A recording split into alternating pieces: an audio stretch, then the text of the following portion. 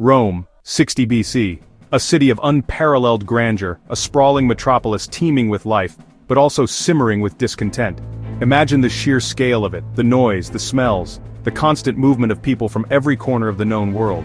Here, power is not a right but a game of shadows, a constant struggle for dominance played out in hushed whispers and backroom deals. Alliances shift like the desert sands, and betrayal is a common currency.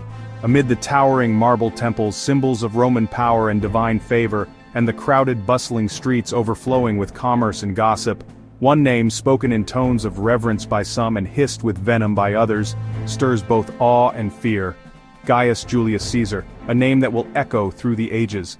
Caesar's charisma is magnetic. It draws people to him like moths to a flame. He possesses an almost supernatural ability to connect with individuals from all walks of life. When he speaks, Rome listens, captivated by his words, swayed by his promises, and often blinded by his ambition. He's not just another noble, content to rest on his family's laurels and maintain the status quo. He's a master of public image, carefully crafting his persona to appeal to the widest possible audience. He understands the power of perception and wields it with deadly precision. He is a populist who courts the masses, understanding that their support is the key to unlocking true power in Rome. He throws lavish games and provides grain, winning their hearts and minds, all the while unsettling the elite, the established order of senators and patricians who see him as a dangerous upstart, a threat to their privileged way of life. Unlike other patricians who cling to tradition and view the commoners with disdain, Caesar sees the common people as the true foundation of power, the bedrock upon which a new Rome can be built. He moves with purpose, each step calculated, each interaction carefully considered, his ambition burning in his eyes, a fire that consumes him and drives him to achieve ever greater heights.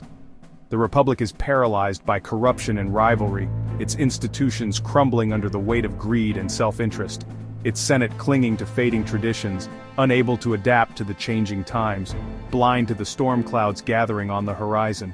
Caesar is playing a new game, one that the old guard doesn't understand, a game of calculated risks and audacious gambles. And his rivals are only beginning to realize it, slowly awakening to the fact that the rules have changed and they are woefully unprepared. Rome is a city of stark contrasts, a place where unimaginable wealth exists alongside abject poverty. Marble and squalor, conquest and decay, all intertwined in a complex and volatile tapestry. The Senate fears change, clinging desperately to the old ways, and in Caesar, they see the greatest threat of all, a man who dares to challenge their authority and question their traditions. He is a visionary, a man who sees a future for Rome beyond the limitations of the Republic. In an age of stagnation, he offers a promise of progress, a hope for a brighter tomorrow. A storm is gathering, a tempest of political intrigue and personal ambition threatening to engulf the entire Republic. And Caesar stands at its heart, a powerful and enigmatic figure, ready to seize his destiny. The fate of Rome is about to change forever, and the world will never be the same. Before he navigated the treacherous waters of Roman politics, before he stood as a towering figure in the Senate, Caesar was, first and foremost, a soldier, a man of action, forged in the crucible of war. It was on the bloody fields of Gaul that his legend truly began to take shape, his name whispered with a mixture of fear and respect. The Gallic Wars were not just a series of battles, they were the proving ground for a future emperor. He led his legions deep into wild, untamed, and often hostile lands, facing fierce resistance from the Gallic tribes who fiercely defended their territories. These were not easy campaigns, they were grueling tests of endurance and strategy. Caesar understood that victory wasn't just about superior tactics, it was about inspiring loyalty. He earned the unwavering devotion of his men by sharing their hardships, enduring the same privations and dangers as the lowliest legionary. Caesar's military strategies were not just effective, they were bold, innovative, and often defied conventional wisdom. He was a master of maneuver, deception, and exploiting the weaknesses of his enemies.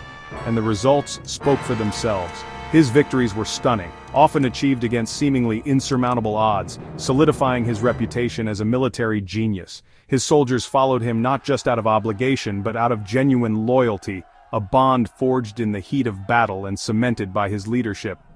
They were driven by something more profound than the promise of plunder. They believed in Caesar, in his vision, and in his ability to lead them to glory. The conquest of Gaul was undoubtedly ruthless, marked by bloodshed and brutality, a stark reminder of the harsh realities of ancient warfare. But it also transformed Caesar into a living legend, a figure of almost mythical proportions whose name would echo through the ages.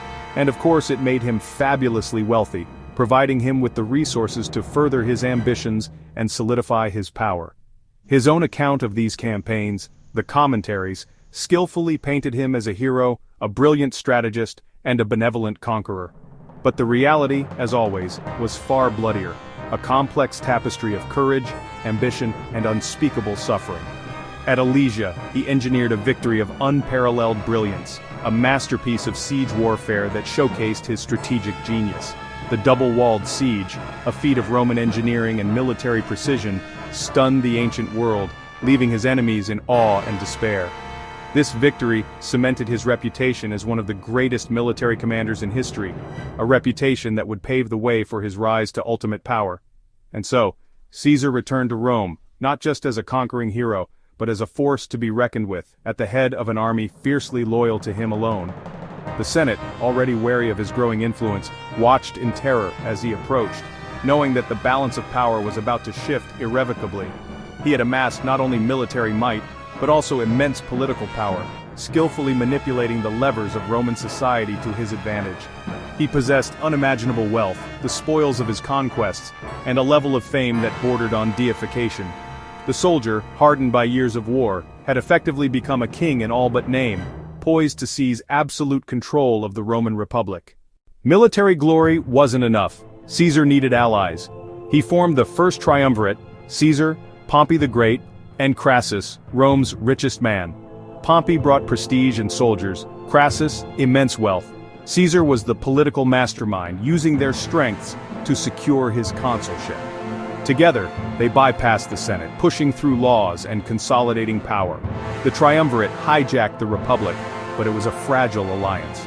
Personal ambitions simmered beneath the surface. The partnership was destined to crumble. The triumvirate fractured when Crassus died, leaving Caesar and Pompey as rivals. Pompey sided with the Senate, who demanded Caesar disband his army and return to Rome, a political death sentence. Refusal meant civil war. On the banks of the Rubicon, Caesar faced his moment of destiny. Crossing the river with his legion, he declared, "The die is cast." This act was open rebellion, a direct challenge to the Senate and Pompey. Panic gripped Rome as news spread. Senators fled, Pompey scrambled for support. Caesar marched on Rome, plunging the Republic into war. The fate of Rome now hung in the balance. Caesar's boldness would reshape history. The Republic's centuries-old traditions were shattered. Rome would never be the same. Civil war was swift. Caesar's veterans crushed Pompey at Pharsalus. Pompey fled to Egypt, only to be murdered. Caesar returned to Rome as its master, not its prisoner. The Senate, terrified, made him dictator. Caesar launched sweeping reforms: debt relief, calendar overhaul, grand public works. But his power was absolute, shattering the Republic's foundations. He filled the Senate with loyalists, controlled the treasury and army, and his image was everywhere. In 44 BC, he became dictator for life. To many, this was proof he aimed to be king. Fear and resentment grew among the Senate's old guard. Whispers turned to conspiracy. A plot to end Caesar's rule began to take shape. March 44 BC.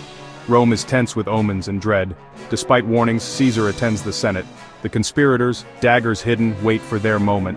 As Caesar takes his seat, they strike. First Casca, then the rest. Surrounded, Caesar sees Brutus among his attackers. Legend says his last words were, "Et tu, Brute?" He pulls his toga over his head and falls at Pompey's statue. The dictator is dead. The assassins proclaim liberty restored, but Rome is stunned into silence. The conspirators, driven by their ideals of a free republic, expected a wave of celebration to wash over Rome. They envisioned grateful citizens rejoicing in the streets, hailing them as liberators. But instead, Rome was paralyzed, gripped by fear and utter chaos.